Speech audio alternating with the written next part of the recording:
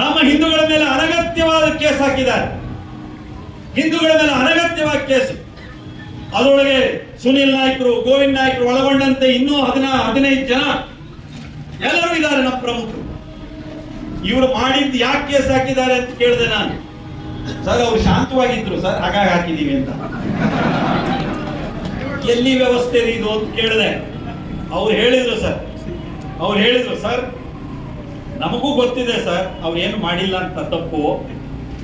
ಆದ್ರೆ ಉಸ್ತುವಾರಿ ಸಚಿವರು ಆಗಿದ್ದಂಥವ್ರು, ಇವತ್ತಲ್ಲ, ಅವರು ಆಗಿದ್ದಂಥವ್ರು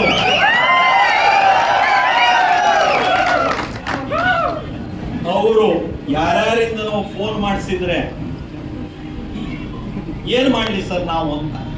ನಾನು ಪೊಲೀಸ್ ಇಲಾಖೆ ಒಂದು ಹೇಳ್ತೇನೆ, ನಿಷ್ಪಕ್ಷಪಾತವಾಗಿ ಕಾನೂನು ಕ್ರಮ ತೆಗೆದುಕೊಳ್ರಿ.